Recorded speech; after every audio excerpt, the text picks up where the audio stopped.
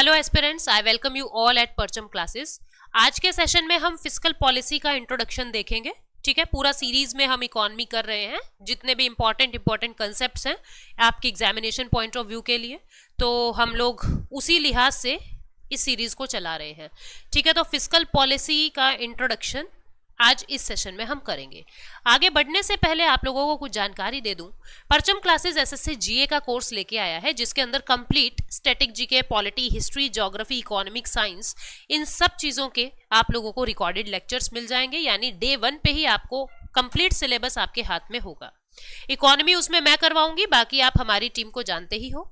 अगर आप लोग सिर्फ इकोनॉमी का कोर्स लेना चाहते हो, जिसके अंदर मैंने बिल्कुल 0 से हायर लेवल तक का करवाया है, कंप्लीट सिलेबस होगा, तो आप ले सकते हैं। परचम क्लासेस का जो ऐप है वो आपको डाउनलोड करना होगा और इस कोर्स को आप अवेल कर सकते हैं। आप लोगों के लिए 10% एक्स्ट्रा डिस्काउंट करने के लिए आपको क्या करना होगा, पायल 10 कोड को यूज करना होगा, जिसमें एसएससी इकोनॉमिक्स, एसएससी जीए कोर्स पे आप लोगों को 10% का एक्स्ट्रा डिस्काउंट मिल जाएगा। अगर आपकी तैयारी हो गई है और अपनी तैयारी को चेक करना चाहते हो, जो कि अभी सबसे बेहतरीन समय है तैयारी को चेक करने का, तो आप लोग टेस्ट सीरीज लगा सकते हैं, टेस्ट सीरीज ज्वाइन कर सकते हैं। परचम क्लासेस ऐप डाउनलोड कीजिए और एसएससी टीयर 1 का टेस्ट सीरीज आप लोग यूज कर सकते हैं। ठीक है, तो अपना टॉपिक हम शुरू करते हैं, दैट इज फिस्कल पॉलिसी।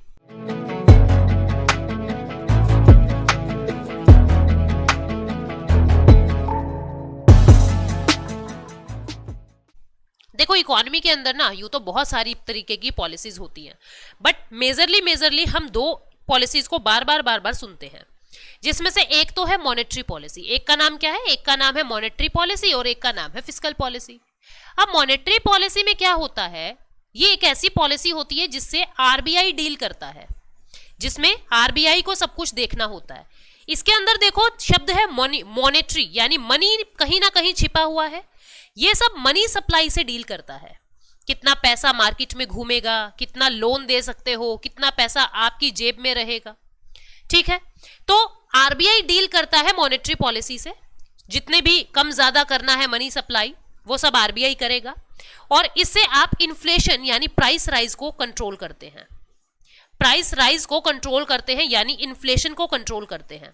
ज्यादा डिटेल में मैं मॉनेटरी पॉलिसी की नहीं जाऊंगी, क्योंकि ऑलरेडी मैंने बहुत सारे टॉपिक्स आपको यूट्यूब पे ही करवाए हैं। अगर नहीं देखे तो जाके पहले मॉनेटरी पॉलिसी वाले टॉपिक्स जरूर देख लेना।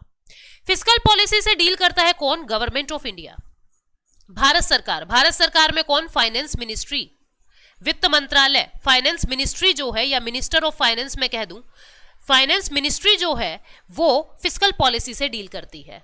फिस्कल पॉलिसी में आएगा क्या कि गवर्नमेंट ऑफ इंडिया को कितनी तो कमाई हो रही है, कितना उनका रेवेन्यू जनरेट हो रहा है और कितना उनका एक्सपेंडिचर हो रहा है। भारत सरकार कमा कितना रही है और भारत सरकार खर्च कितना कर रही है, इन दो चीजों को देखना फिस्कल पॉलिसी के अंदर आता है।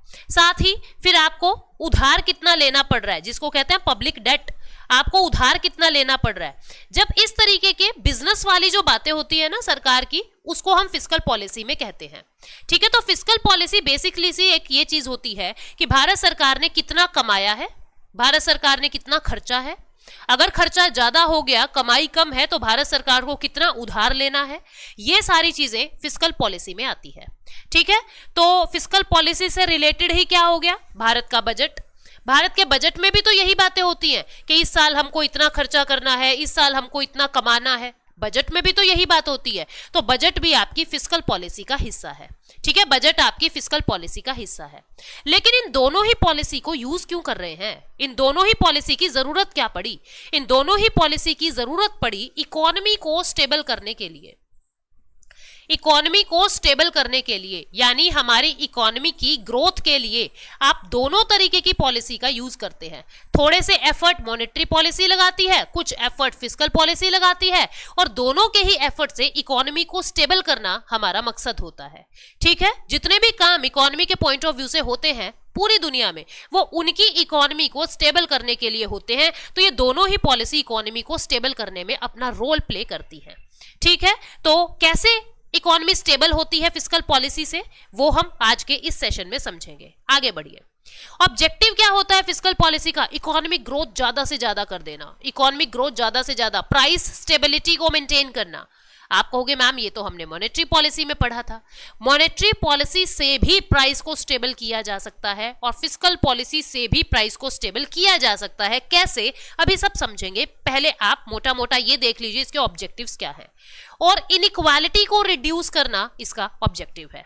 इनइक्वालिटी को रिड्यूस करना भी इसका ऑब्जेक्टिव है। अब एक एक चीज को हम समझ लेते हैं कि इकोनॉमिक ग्रोथ कैसे हाई होती है, या प्राइस स्टेबिलिटी कैसे होती है, या इनइक्वालिटी रिड्यूस कैसे होती है। सब चीजें एक दूसरी चीजों से जुड़ी हुई है, एक एक करके सब समझ लेते हैं। देखो भाई, सीधी सी बात यह है, किसी भी इकोनॉमी में अगर डिमांड ज्यादा होगी, किसी भी इकोनॉमी में अगर डिमांड ज्यादा होगी तो प्रोडक्शन ज्यादा होगा, डिमांड ज्यादा होगी तो प्रोडक्शन ज्यादा होगा। अब प्रोडक्शन ज्यादा होगा मतलब उस देश का जीडीपी ज्यादा होगा, यानी उस देश की ग्रोथ ज्यादा होगी। प्रोडक्शन ज्यादा होगा मतलब उस देश के अंदर एम्प्लॉयमेंट के चांसेस ज्यादा हैं, क्योंकि प्रोडक्शन के लिए आपको क्या करना है, आपको लेबर की नीड पड़ेगी। भाई हमको कुछ प्रोड्यूस करना है तो लेबर की नीड पड़ेगी, लेबर की नीड पड़ेगी, इट मींस एम्प्लॉयमेंट के चांसेस ज्यादा हो रहे हैं। और किसी के पास अगर एम्प्लॉयमेंट आ जाता है तो उसकी जेब में पैसा आ जाता है, मनी आ जाता है, और मनी आ जाने से आप फिर से डिमांड बढ़ाएंगे, फिर उससे प्रोडक्शन बढ़ेगा, फिर उससे जीडीपी और ग्रोथ बढ़ेगा, फिर उससे एम्प्लॉयमेंट बढ़ेगा। इस तरीके से पूरा एक विशियस साइकिल बन जाता है। ठीक है, यानी सारा खेल किसका है, डिमांड का है। इस डिमांड को कम ज्यादा मॉनेटरी पॉलिसी भी करती है, इस डिमांड को कम ज्यादा फिस्कल पॉलिसी भी करती है। अब ये फिस्कल पॉलिसी कैसे डिमांड को कम ज्यादा करती है वो हम समझते हैं। अब तुम एक दिमाग में एक बात सोचना, डिमांड किस वजह से हो रही है। आप किसी भी चीज की डिमांड कब करोगे, जब आपके पास मनी होगा तभी तो किसी चीज की डिमांड करोगे। मनी ही नहीं होगा तो डिमांड काहे की करोगे। तो सबसे मेजर पार्ट क्या है, मनी। हमने देखा था आरबीआई कैसे रेपो, रिवर्स रेपो का यूज करके मनी को कम ज्यादा कर रहा है। आज के क्लास में हम देखेंगे भारत सरकार गवर्नमेंट ऑफ इंडिया पॉलिसी को यूज करके, यानी फिस्कल पॉलिसी को यूज करके आपकी पॉकेट का पैसा कम ज्यादा कैसे करती है। ठीक है, तो दिमाग में एक चीज क्लियर रखना, हमको समझना क्या है कि ये डिमांड कैसे बढ़ेगी या ये पैसा कैसे बढ़ेगा, उसको देखो। ठीक है, मैं यहीं पे समझाने की कोशिश करती हूँ, समझना मेरी बात को। इंडियन गवर्नमेंट क्या कर सकती है, भारत सरकार के हाथ में टैक्स के डिसीजन है, भारत सरकार के हाथ में सब्सिडी के डिसीजन है, टैक्स के या सब्सिडी के डिसीजन है। ठीक है, अब मान लीजिए गवर्नमेंट ऑफ इंडिया क्या करे, टैक्स कट कर दे। Government of India tax cut कर दे। टैक्स कट करने का मतलब क्या होता है, समझो। ये कोई आदमी है, ठीक है, ये कोई आदमी है, इस आदमी की इनकम मान लीजिए 100 रुपीज थी। इस आदमी की इनकम कितनी थी, 100 रुपीज थी इस आदमी की इनकम, और टैक्स लग रहा था 80 रुपीज, टैक्स था 80 रुपीज। इसकी पॉकेट में कितना पैसा बचता था, इसके पास सिर्फ 20 रुपीज बचता था, जिससे ये डिमांड करता था, जिससे ये डिमांड करता था। ठीक है, यानी पैसा कम हो जाता है जब टैक्स इतना ज्यादा लिया जा रहा है। अब गवर्नमेंट ऑफ इंडिया ने देखा कि मुझे मेरी इकोनॉमी की ग्रोथ बढ़ानी है, मुझे मेरी इकोनॉमी में डिमांड बढ़ानी है, मुझे मेरी इकोनॉमी में जीडीपी बढ़ानी है, तो क्या करें। गवर्नमेंट ऑफ इंडिया क्या करेगी, उसको कहेगी भाई 80 रुपए टैक्स के मत दे, मुझे तू सिर्फ 40 रुपए टैक्स के दे दे, मुझे तू सिर्फ 40 रुपए टैक्स के दे दे। यानी अब आपके पास कितने बच गए, 100 रुपए आपकी इनकम थी, 40 रुपया टैक्स का, मतलब अब डिमांड करने के लिए 60 रुपया बच गया। अब पहले 20 रुपए में तुम सिर्फ एक सीलिंग फैन ला रहे थे, अब तुम्हारे पास 60 रुपया आ गया, आप क्या कहोगे, 3 सीलिंग फैन दे दे। आपने डिमांड बढ़ा दी ना, डिमांड बढ़ा दी तो अब प्रोडक्शन बढ़ेगा। सीलिंग फैन की फैक्ट्री में लेबर की ज्यादा जरूरत पड़ेगी कि भाई अब ज्यादा माल बनाना है, ऑर्डर ज्यादा है, नौकरियां बढ़ेगी, नौकरी बढ़ेगी तो क्राइम रेट कम होगा। दुनिया ऐसा थोड़ा ना काम धंधे छोड़ छोड़ के क्राइम करने जा रही है ना, काम धंधे छोड़ छोड़ के सत्संग में बैठी है। यानी इससे क्या होगा, इससे दुनिया के अंदर लॉजिकल बुद्धि बढ़ेगी, इससे रैशनैलिटी बढ़ेगी। आप लोग रूढ़िवाद यानी कंजर्वेटिज्म में नहीं जाओगे, आप ये पाखंडी बाबाओं के चक्कर में नहीं आओगे। मतलब एक चीज से सारी चीज सुधर रही है, बात को समझ रहे हो। यानी गवर्नमेंट ऑफ इंडिया टैक्स में कट करके इस डिमांड को बढ़ा सकती है। तो टैक्स में कट करना आरबीआई का काम नहीं है, गवर्नमेंट ऑफ इंडिया का काम है। ठीक है, और क्या कर सकती है भारत सरकार, भारत सरकार दुनिया को सब्सिडी दे सकती है, भारत को सब्सिडी दे सकती है। क्या मतलब हुआ, सब्सिडी कैसे मदद करेगी उसको समझो, सब्सिडी कैसे मदद करेगी उसको समझते हैं। अब मान लीजिए ये ना एक सिलेंडर है, ठीक है, ये ना एक सिलेंडर है और ये जो सिलेंडर है इसकी कीमत 1200 रुपए थी, इसकी कीमत 1200 रुपए है, इसका एमआरपी। ठीक है, इंडियन गवर्नमेंट ने क्या कहा, गवर्नमेंट ऑफ इंडिया क्या बोली, बोली कि ऐसा करती हूं 300 रुपए आपको मैं छूट दे देती हूं, 300 रुपए आपको मैं सब्सिडी दे देती हूं। यानी आपको आपके पॉकेट के 900 रुपए ही खर्च करने पड़े, आपको आपकी पॉकेट के 900 रुपीज ही खर्च करने पड़े। कितने बच गए आपकी पॉकेट में, 300 रुपया एक्स्ट्रा बच गया।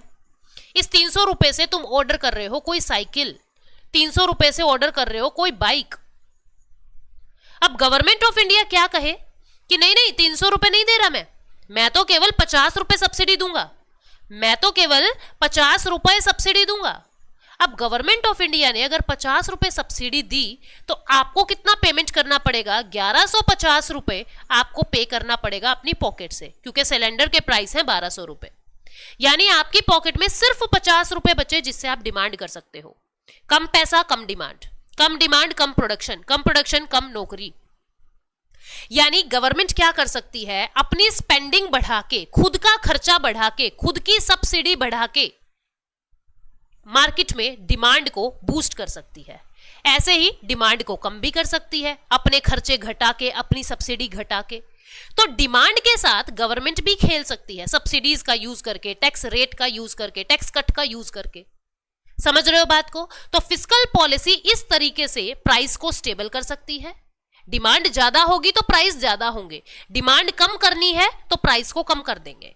ठीक है, डिमांड अगर कम हो जाए तो प्राइस भी कम हो जाएंगे। डिमांड कम या ज्यादा करने का काम भारत सरकार भी कर सकती है। ठीक है, इसको और थोड़ी क्लैरिटी से पढ़ें अगर हम, समझना इस बात को कि अगर भारत सरकार ने अपनी सब्सिडी बढ़ा दी, गवर्नमेंट ने क्या कहा, तुम चिंता मत करो मैं पे करूंगा, अपनी सब्सिडी इंक्रीज कर दी। सब्सिडी इंक्रीज कर दी तो आपको आपकी पॉकेट से कम पैसा देना पड़ा, पॉकेट से कम खर्चा करना पड़ा। ठीक है, पॉकेट से कम खर्च करना पड़ा तो जितना भी आपका रिमेनिंग पैसा था, जितना भी आपका बचा हुआ मनी है, अब आप उससे डिमांड बढ़ाओगे अलग अलग चीजों की। डिमांड बढ़ेगी तो एक तरफ तो इससे प्रोडक्शन बढ़ेगा, प्रोडक्शन भी बढ़ेगा। अगर प्रोडक्शन ना बढ़ सका, अगर प्रोडक्शन ना बढ़ सका, भाई जितनी आप डिमांड कर रहे हो उस हिसाब से प्रोडक्शन बढ़ ही नहीं रहा है, तो क्या हो जाएगा, उससे इन्फ्लेशन बढ़ जाएगा, उससे महंगाई बढ़ जाएगी, उससे प्राइस राइज हो जाएंगे। तो इसलिए मैंने लिखा कि प्राइस को स्टेबल करने में भी भारत सरकार का रोल रहता है। ठीक है, तो अब ये प्राइस राइज को ठीक करने के लिए गवर्नमेंट क्या करेगी, गवर्नमेंट कहेगी मैं मेरी सब्सिडी ज्यादा नहीं करूंगा, मैं तो मेरी सब्सिडी यानी मैं तो आपको सिर्फ 10 रुपए ही सब्सिडी के दूंगा, मैं तो मेरी सब्सिडी कम कर रहा हूं तो आपको आपकी पॉकेट से खर्चा ज्यादा करना पड़ेगा, पॉकेट से खर्च ज्यादा करना पड़ेगा। पॉकेट से खर्च ज्यादा करोगे तो आप बाकी चीजों की डिमांड के पैसे ही नहीं बचेंगे, पैसे नहीं बचेंगे तो अपने आप जो डिमांड है वो कम हो जाएगी और प्राइस स्टेबल हो जाएंगे। इस तरीके से भारत सरकार फिस्कल पॉलिसी का यूज करके प्राइस को स्टेबल कर रही है। इस तरीके से भारत सरकार डिमांड को कम ज्यादा करके प्रोडक्शन को भी बूस्ट कर सकती है, एम्प्लॉयमेंट को भी बढ़ा सकती है, इकोनॉमिक ग्रोथ भी कर सकती है। आई होप आप लोगों को ये बातें समझ आ गई है। ठीक है, तो हायर इकोनॉमिक ग्रोथ कर सकती है, ठीक है, प्राइस स्टेबिलिटी कर सकती है, इनइक्वालिटी कैसे रिड्यूस कर सकती है, इनइक्वालिटी कैसे रिड्यूस कर सकती है। समझना, भारत के अंदर इक्वालिटी लाना मकसद नहीं है, भारत के अंदर इक्विटी लाना मकसद है। इक्विटी लाना है भारत सरकार को, इक्वालिटी नहीं लाना है। इक्वालिटी लाने का मतलब क्या होता है समझते हैं। इक्वालिटी और इक्विटी एक कंसेप्ट से, बहुत ही प्यारा सा कंसेप्ट है इक्वालिटी और इक्विटी। मान लीजिए ये एक मान लो ये 6 फीट की एक दीवार है, एक वॉल है, ठीक है। इसके पीछे मैच चल रहा है, इसके पीछे भारत पाकिस्तान का मैच चल रहा है, ठीक है। बहुत ही रोमांचक सा इनका मैच होता है, आपको पता है क्रिकेट मैच, और मैं तो बहुत शौकीन भी हूं मैच की। इसके पीछे मैच चल रहा है, ठीक है। अब मान लो ये यहां पे एक स्टूल लगा हुआ है, इसकी हाइट है 1 फीट, ठीक है। यहां एक स्टूल लगा हुआ है, इसकी हाइट है 1.5 फीट, और यहां एक स्टूल लगा हुआ है जिसकी हाइट है 2 फीट। कितनी है? जिसकी हाइट है 2 फीट। तो ये है 1 फीट की हाइट का, ये है 1.5 फीट की हाइट का, और ये है 2 फीट की हाइट का। ठीक है, अब तुम एक बात को समझो, अगर मैं आपको इक्वालिटी का कंसेप्ट समझाऊं, इक्वालिटी का कंसेप्ट, तो भारत सरकार अगर मदद करना चाहे, भारत सरकार को क्या करना है, यहां पे जो तीनों आदमी स्टूल पे खड़े हैं, इन तीनों को ऐसे करना है कि ये एबल हो जाए मैच को देखने के लिए। तो इक्वालिटी में क्या होगा, भारत सरकार इसको 4 फीट का अगर कोई स्टूल एक्स्ट्रा लाके दे दे, तो इनको भी 4 फीट का ही सामान लाके देना पड़ेगा, इनको भी 4 फीट का ही सामान लाके देना पड़ेगा, because we are talking about equality. तो ये कितने पे पहुंच जाएगा, ये केवल 5 फीट तक पहुंच पाएगा। ये आदमी कितने तक पहुंचेगा, ये केवल 5.5 फीट तक पहुंच पाएगा। ये आदमी कितना पहुंचेगा, ये 6 फीट तक पहुंच जाएगा। क्या फायदा हुआ क्या किसी को? सिर्फ एक इंसान को फायदा हुआ जो ऑलरेडी काफी अच्छी हालत में था। इक्वालिटी का मतलब होता है सबको बराबर देना, सबको बराबर देना। भाई अगर मुझे 1 घंटा मिल रहा है किसी एग्जाम का, मुझे 1 घंटा मिल रहा है, तो चाहे कोई आंखों से अंधा है, विजुअली इंपेयर्ड है, दृष्टि में प्रॉब्लम है, देखने में प्रॉब्लम है, उसको भी 1 घंटा ही मिलना चाहिए। इसको कहते हैं इक्वालिटी, बराबर। लेकिन इक्विटी का मतलब क्या होता है, अब इसी एग्जाम्पल में मैं आपको इक्विटी का कंसेप्ट समझाती हूं। इक्विटी के कंसेप्ट में क्या होगा, इंडियन गवर्नमेंट का मकसद है सबको बराबर लाना, सबको बराबर लाना। कैसे बराबर लाएगी भारत सरकार? भारत सरकार देखेगी इसके पास तो 1 फीट का स्टूल है, मैं इसको ऐसा करता हूं, मैं इसको 5 फीट का स्टूल ला देता हूं, ये भी यहां तक पहुंच जाएगा। ठीक है, मैं इसको 4.5 फीट का स्टूल ला देता हूं, ये भी यहां तक पहुंच जाएगा। और मैं इसको 4 फीट का स्टूल ला देता हूं, ये भी यहां तक पहुंच जाएगा। इसको कहते हैं इक्विटी, मतलब बराबरी से बांटना नहीं, सबको बांट के बराबर करना। जिसको ज्यादा जरूरत है ज्यादा दो, जिसको कम जरूरत है कम दो, तभी तो असमानता मिटेगी, तभी तो इनइक्वालिटी मिटेगी। अगर सबको बराबर दे दिया, अमीर को भी गरीब को भी, तो अमीर और अमीर हो गया और गरीब तब भी गरीब रहा। बात समझ आई आपको? इक्विटी का मतलब क्या होता है, बराबर से बांटना नहीं, बांटकर बराबर करना। जिसको ज्यादा जरूरत है ज्यादा दो, जिसको कम जरूरत है कम दो। तो अब गवर्नमेंट क्या कर रही है, मैंने कहा गवर्नमेंट इनइक्वालिटी को रिड्यूस कर रही है। तो गवर्नमेंट देखती है, कल पॉवर्टी का चैप्टर देखना, पहले जो ट्यूसडे को वीडियो आई थी पॉवर्टी वाली, पहले उसको देखना, वहां पे आपको समझ आएगा पॉवर्टी लाइन का कंसेप्ट। गवर्नमेंट ऑफ इंडिया देखेगी कि ये इंसान बिलो पॉवर्टी लाइन वाला है, ठीक है, इसको मेरी ज्यादा मदद की जरूरत है। ये इंसान अबव पॉवर्टी लाइन वाला है, इसको मेरी जरूरत नहीं है, तो मैं इसको कोई छूट वूट नहीं दूंगा। ये आदमी अंत्योदय वाला है, जो बेचारा बीपीएल से भी बहुत गया गुजरा है, इसको मेरी बहुत ज्यादा मदद की जरूरत है, इसको और ज्यादा मदद करेंगे। इस तरीके से इनइक्वालिटी रिड्यूस हो जाएगी। जिसको जितनी ज्यादा मदद की जरूरत है, कहीं रिजर्वेशन का यूज करके, कहीं राशन डिपो पे फ्री में सामान बांट के, थोड़ा पैसा लगा के, इन सब चीजों का यूज करके इनइक्वालिटी को रिड्यूस करती है भारत सरकार अपनी फिस्कल पॉलिसी को यूज करके। तो 3 मकसद क्या है, इकोनॉमिक ग्रोथ, प्राइस स्टेबिलिटी और इनइक्वालिटी को रिड्यूस करना। किसी को सब्सिडी ज्यादा देंगे, किसी को सब्सिडी कम देंगे, इस तरीके से। ठीक है, अब इस फिस्कल पॉलिसी के कंपोनेंट कौन कौन से होते हैं? कंपोनेंट मतलब कौन कौन सी चीजों से फिस्कल पॉलिसी बनती है। गवर्नमेंट कमा कितना रही है, बहुत सारी चीजें, कमाई कहां से हो रही है, टैक्स से कमाई हो रही है। ठीक है, गवर्नमेंट ने चालान काट दिए किसी के, उससे कमाई हो रही है। गवर्नमेंट की यूनिवर्सिटीज हैं, यूनिवर्सिटीज की फीस आ रही है, ठीक है, उससे कमाई हो रही है। गवर्नमेंट की बहुत सारी कंपनी है, जैसे IRCTC रेलवे, ठीक है, जैसे भारत हैवी इलेक्ट्रॉनिक्स लिमिटेड, वहां से कमाई हो रही है। इस तरीके से बहुत सारे तरीके से भारत सरकार कमाई करती है। फिर सरकार खर्चा भी करती है। खर्चा कैसे कर रही है सरकार? सरकार पेंशन बांट रही है, बहुत सारे एम्प्लॉयज को सैलरी दे रही है गवर्नमेंट, ठीक है, बहुत सारे इंफ्रास्ट्रक्चर के प्रोजेक्ट चला रही है गवर्नमेंट। इस तरीके से एक्सपेंडिचर भी करती है भारत सरकार।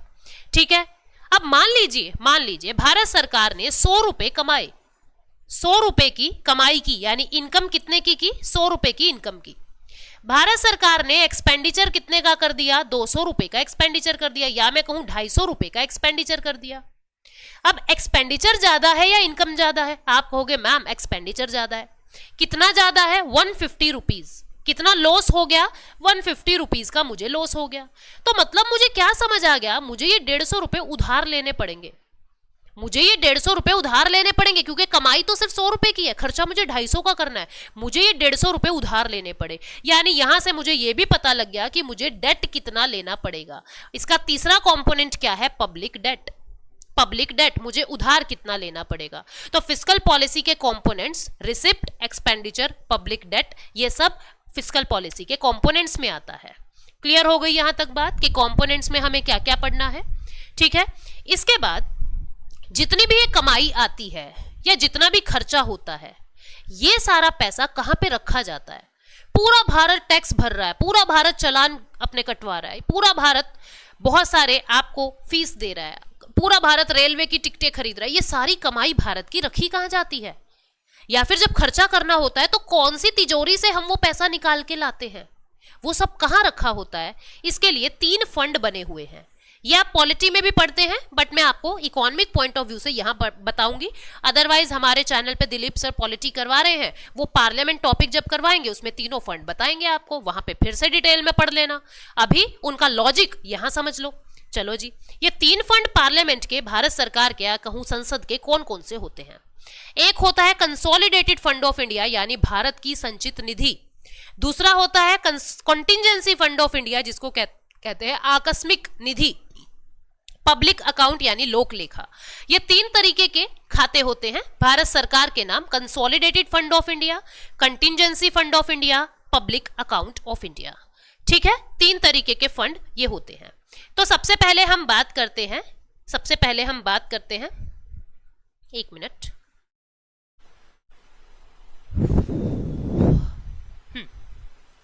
चलो पहले इसे हम लेमन टर्म्स में समझ लेते हैं, फिर स्लाइड्स पे चलेंगे। देखो मैंने क्या किया, मैंने ऐसे ना 3 बॉक्स बना लिए। एक बॉक्स ये बना लिया, एक बॉक्स ये बना लिया और एक बॉक्स ये बना लिया। ये 3 बॉक्स बना लिए।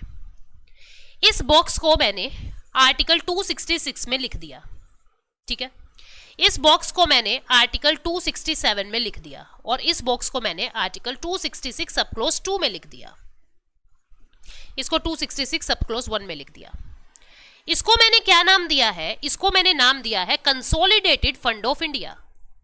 इसको मैंने नाम दिया है contingency fund of India, contingency fund of India. और इसको नाम दिया है मैंने पब्लिक अकाउंट, पब्लिक अकाउंट। ये 3 बॉक्सेस के मैंने नाम लिख दिए हैं। ठीक है, consolidated fund of India, contingency fund of India और पब्लिक अकाउंट। तो जो कंसोलिडेटेड फंड ऑफ इंडिया है, इसमें क्या क्या आता है? किसी ने टैक्स के पैसे दिए, यहां आएगा। भारत सरकार ने इंटरेस्ट की कमाई की, यहां पे आएगा। ठीक है, भारत सरकार ने किसी को लोन दिया था, वो लोन रीपे हो गया, यहां पे आएगा। भारत सरकार ने किसी के चालान काटे थे, पैसा यहां पे आएगा। भारत सरकार ने किसी के शेयर खरीदे थे, शेयरों से कमाई हुई, पैसा यहां पे आएगा। ये सारा पैसा यहां पे रख दिया जाता है। ठीक है, और यहीं से ही फिर खर्चा होता है। खर्चा भी फिर यहीं से करेंगे हम। खर्च जैसे किसी को पेंशन बांटनी है, हम यहां से दे देंगे।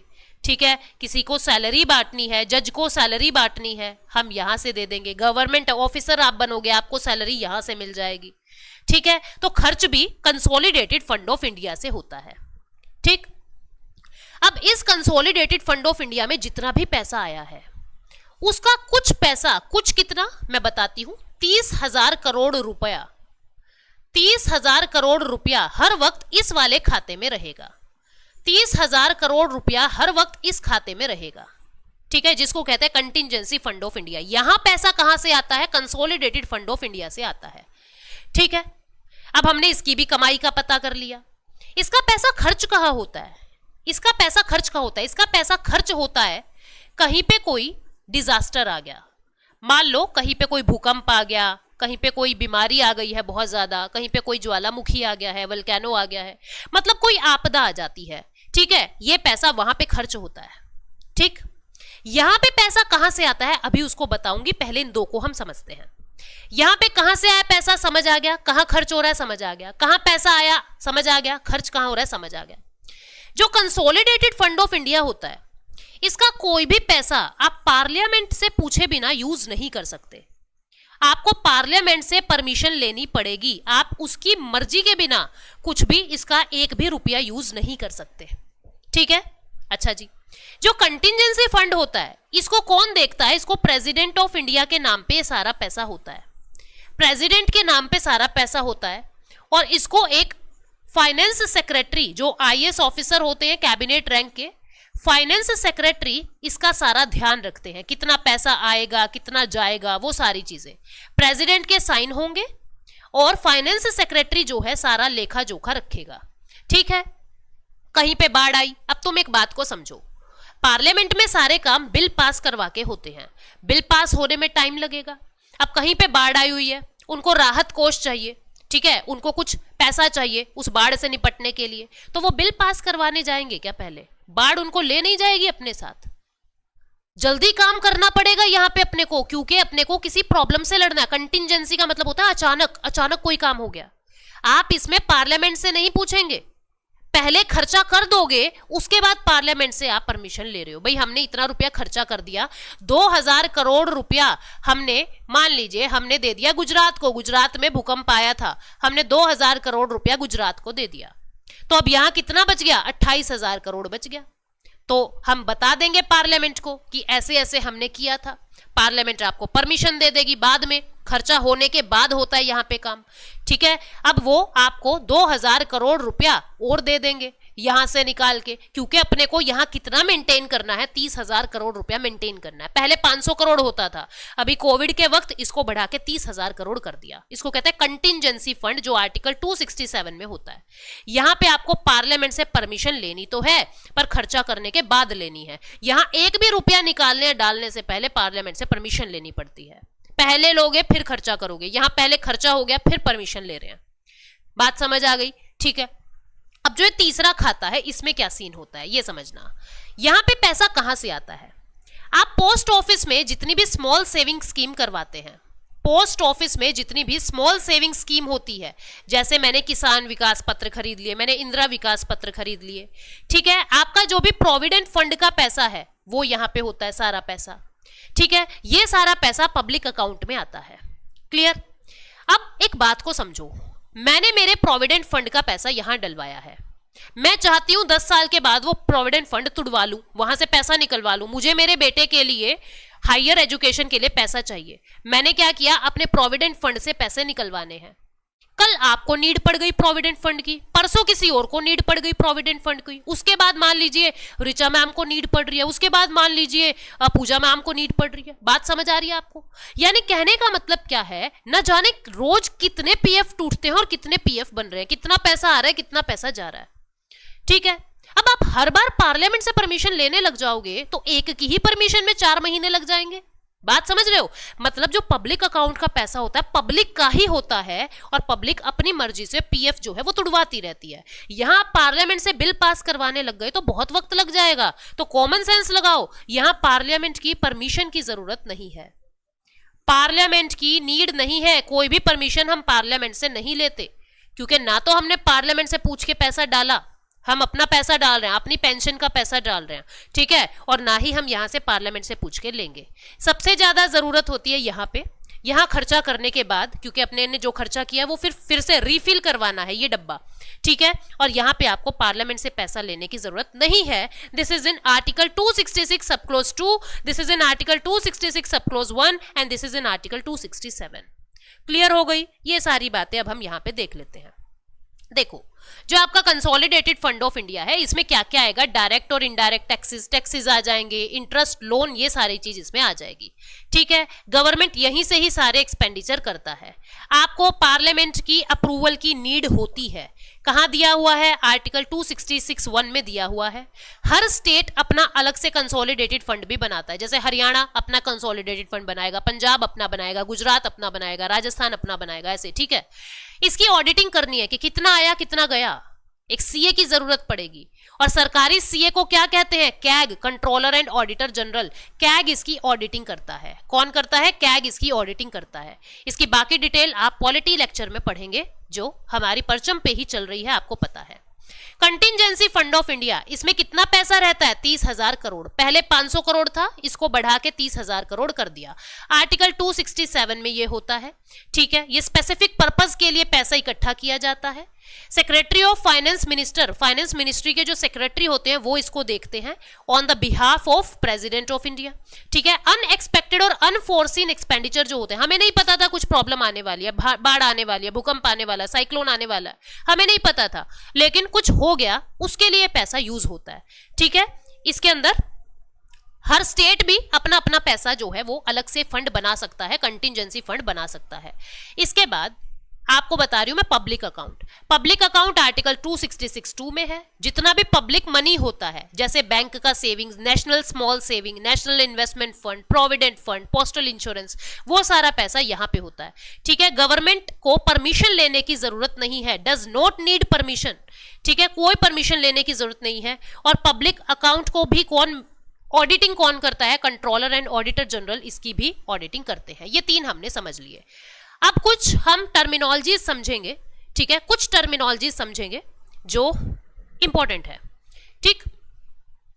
पर इन सब टर्मिनोलॉजीज को ना मैं नेक्स्ट सेशन में इंक्लूड करती हूँ, ठीक है, क्योंकि हम एक सीरीज में चल रहे हैं। मैं नहीं चाहती कि बहुत लंबी वीडियो चली जाए। इन सब टर्मिनोलॉजीज को हम नेक्स्ट सेशन में इंक्लूड करते हैं। कुछ क्वेश्चंस देख लेते हैं, सब मैं बताऊंगी आपको कि क्या होता है डेट ट्रैप, क्या होता है डेट फाइनेंसिंग, क्या होता है कंसोलिडेटेड फाइनेंस को कंसोलिडेट करना, ये सब समझेंगे। बट पहले एमसीक्यूज देख लेते हैं, नेक्स्ट लेक्चर में मैं इनको इंक्लूड कर दूंगी। MCQ 1, which of the following agencies responsible for formulating the fiscal policy in India? Bharat में फिस्कल पॉलिसी फॉर्मुलेट करने के लिए कौन रिस्पॉन्सिबल होता है? SEBI, RBI, government of India या नाबार्ड? हमने देखा कि जो फिस्कल पॉलिसी है उसको भारत सरकार मेंटेन करती है, ठीक है। मॉनेटरी पॉलिसी को कौन करता है आपको पता है। क्वेश्चन 2 क्या कह रहा है कि which of the following is about the annual budget? Annual budget के बारे में क्या सही है? ये part of money saving policy है, ये पार्ट ऑफ फिस्कल पॉलिसी है, पार्ट ऑफ मॉनेटरी पॉलिसी है या पार्ट ऑफ कमर्शियल पॉलिसी है? अभी हमने देखा फिस्कल पॉलिसी में क्या होता है? खर्चा और कमाई। बजट में भी क्या होता है? खर्चा और कमाई। तो ये फिस्कल पॉलिसी का हिस्सा है। किसका? फिस्कल पॉलिसी का हिस्सा है। आंसर विल बी बी, ठीक है। नेक्स्ट MCQ क्या कहता है? नेक्स्ट MCQ कहता है इनमें से क्या फिस्कल पॉलिसी की इंपॉर्टेंस है? इंपॉर्टेंस क्या है फिस्कल पॉलिसी की? ये क्या करता है? पब्लिक और प्राइवेट सेक्टर के लिए कैपिटल को लाता है। यस, टैक्स आता है, पब्लिक सेक्टर में भी खर्च होता है वो पैसा, प्राइवेट सेक्टर में भी खर्च होता है। ये जो इनइक्वालिटी होती है, इम्बैलेंस होता है, उसको ठीक करने के लिए होता है। बिल्कुल हमने ये ऑब्जेक्टिव पढ़ा था। It helps in generate sufficient resources through direct and indirect taxes to finance the government project. Government project को फाइनेंस करने के लिए टैक्स से बहुत सारा फाइनेंस हम इकट्ठा करते हैं। बिल्कुल सही बात है, सारी बातें बिल्कुल सही है। Answer will be D. अब नेक्स्ट क्वेश्चन जो है आपको बताना है, कमेंट सेक्शन में मुझे बताओगे इसका आंसर क्या आएगा। क्वेश्चन ये है, Which of the following agency is responsible for formulating the monetary policy in India? Bharat में मॉनेटरी पॉलिसी बनाने के लिए कौन रिस्पॉन्सिबल है? ठीक है, SEBI, RBI, government of India, ministry of finance या नाबार्ड? इसका आंसर आपको बताना है कमेंट सेक्शन में। और ऐसे ही इकोनॉमी की पूरी सीरीज के लिए, जिसमें हम सारे इंपॉर्टेंट टॉपिक्स को डिटेल में कर रहे हैं, मतलब सारे टॉपिक्स को जितने भी आपके पेपर के लिए इंपॉर्टेंट है, उन सब टॉपिक्स को इस सीरीज में मैं इंक्लूड कर दूंगी, ताकि हर बच्चे को फायदा हो जाए जिसको इकोनॉमी नहीं आती है। ठीक है, हर ट्यूसडे और फ्राइडे शाम को शार्प 4 बजे हम मिला करेंगे। ठीक है, और इसको अपने दोस्तों में भी बता देना जिसको नहीं पता। So thank you so much, take care, bye bye. Comment section में मैं आपके आंसर का इंतजार करूंगी और मैं देखती हूं हर किसी का कमेंट मेरे पास पहुंचता है। Thank you so much, take care, bye bye.